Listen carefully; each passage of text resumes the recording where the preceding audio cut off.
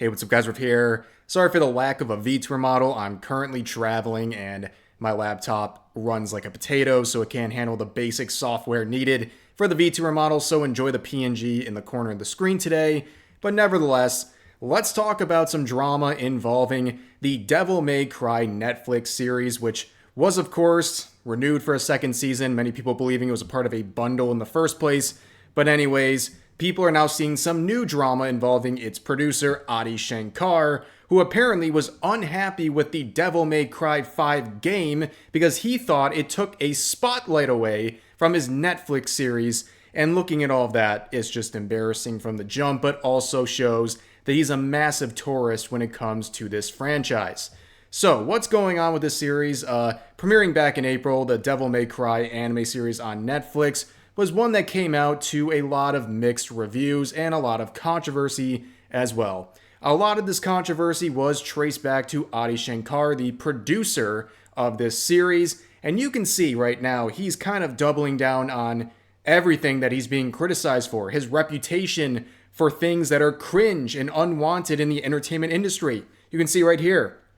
He has in his bio, "They call me a visionary," which of course many people think he is a narcissist, and that's just going right with that. But you can see below that, "I killed Apu," referring to the fact that he's gotten massive criticism for trying to get more authentic casting in voice acting roles. And he began with Apu from The Simpsons, where he publicly complained that it was wrong that this character, an Indian character, was not voiced by an Indian man. And that again pushed this notion of authentic casting where the voice actor's ethnicity has to match that of the character they're voicing. He was one of the main people, along with ProZD, pushing that. And he also says no IP is safe with a little devil face emoji, which is in reference to people basically saying, instead of saying mean words to you, I just hope your franchise gets produced by Adi Shankar, meaning it's going to be really bad. He is someone who's also known for being the main character. Back in 2018, cosplaying as Dante from the Devil May Cry series. He also went to a WWE event where he cosplayed as Dante to promote the Netflix series that recently released, and he was labeled as the creator of the show, even though he was just a producer. He was not the creator. Very odd stuff, but as you can see, a lot of cringe. A lot of narcissism, and people don't take well to him. And with the series itself, the Netflix series was a great departure from everything this franchise has been known for. It had some modern day politics inserted, having basically this war on terror allegory, which is also kind of just weird, like given the fact it's 2025. But also there was like Green Day songs playing in the background. The demons from hell were actually the good guys who were misunderstood. It's very safe, edgy, and has really nothing to do with the spirit of the franchise, but it quickly became a center of a lot of cultural controversy, where there was like the culture war aspect, where people who were criticizing this series were labeled as the chuds, and all the other people, the usual suspects, the tourists, the activists, were all initially defending this. A lot of people were mocking any criticism that was directed towards the fact that this is not actually faithful to any of the gameplay or the game's lore. And of course, they got a lot of support, at least at first. Then Adi Shankar did something that threw everyone for a loop. You can see here, he posted a giant wall of Asmin Golds.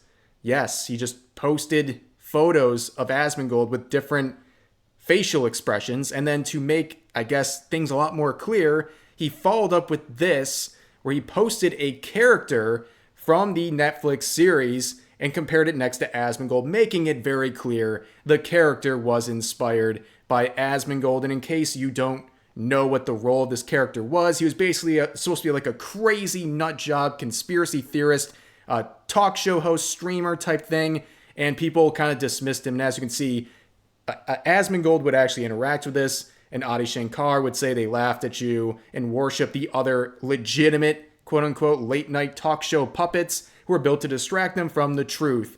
Now the terrorist demons from hell are here. Keep spitting facts. Truth has a resonance. Referring to the fact that the Asmin Gold inspired character was made out to be a fool, a crazy person, but in the end, he was the only one right about the invasion. Okay, so this interaction had a very interesting effect.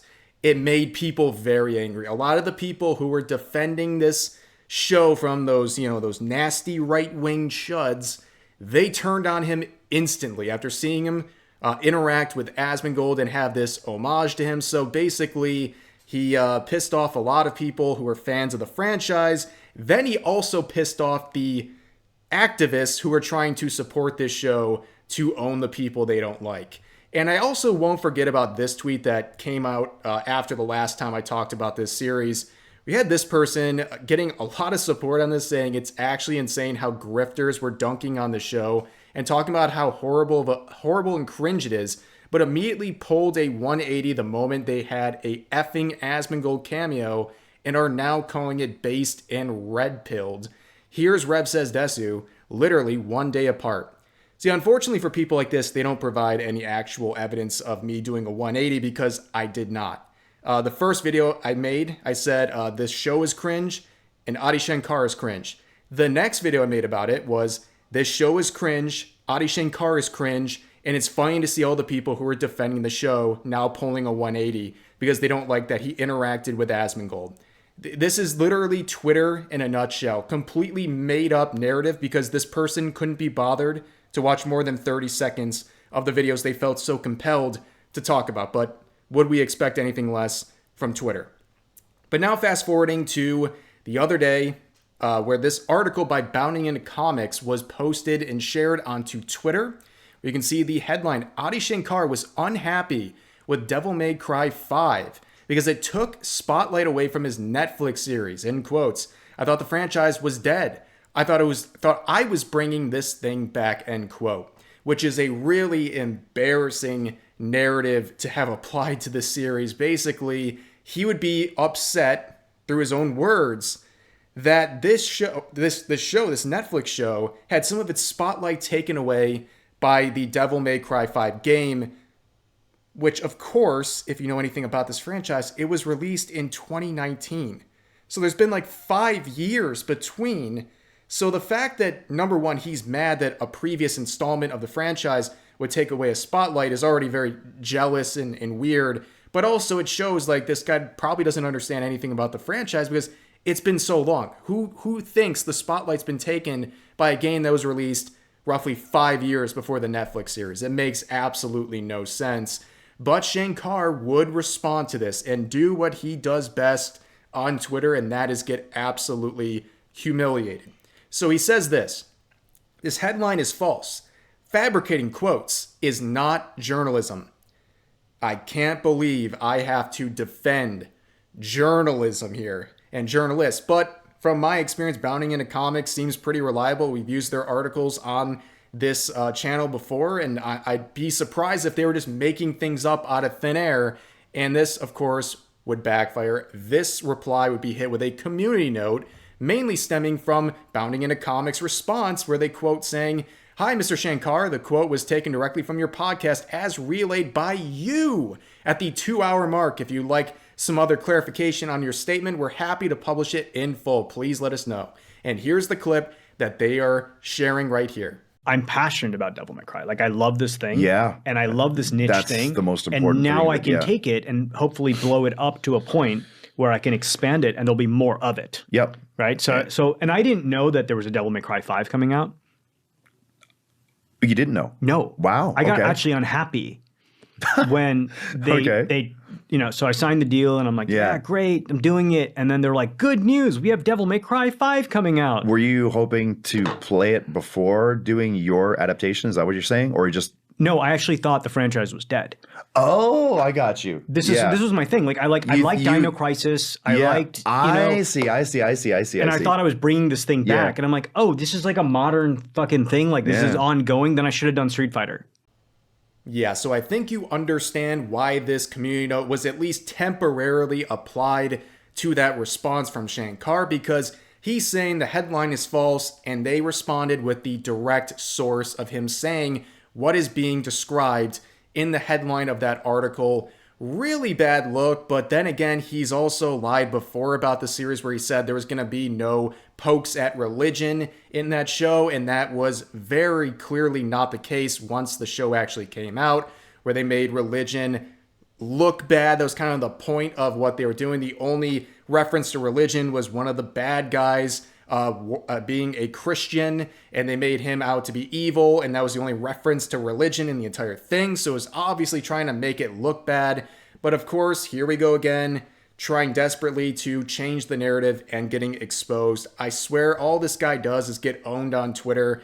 He replied or quoted one of the replies to Bounding into Comics defending him with a heart. Like, you know you're desperate when you're a guy like this who needs to quote with hearts showing support on random replies defending him over a situation where he got caught with his pants down, essentially. And again, you see 46 likes on a very massive account and 17 replies, most of them dunking on him and just showing his own clips saying, "This you, bro? Like, what are we even doing?" Just when you thought the controversy surrounding this Netflix series and Shankar was going to die down, you got this as well. And of course, the second season of this series will be coming out eventually, and whether or not they clean up all the controversy like this, who knows, but it's on its way, and we'll just have to see how that plays out.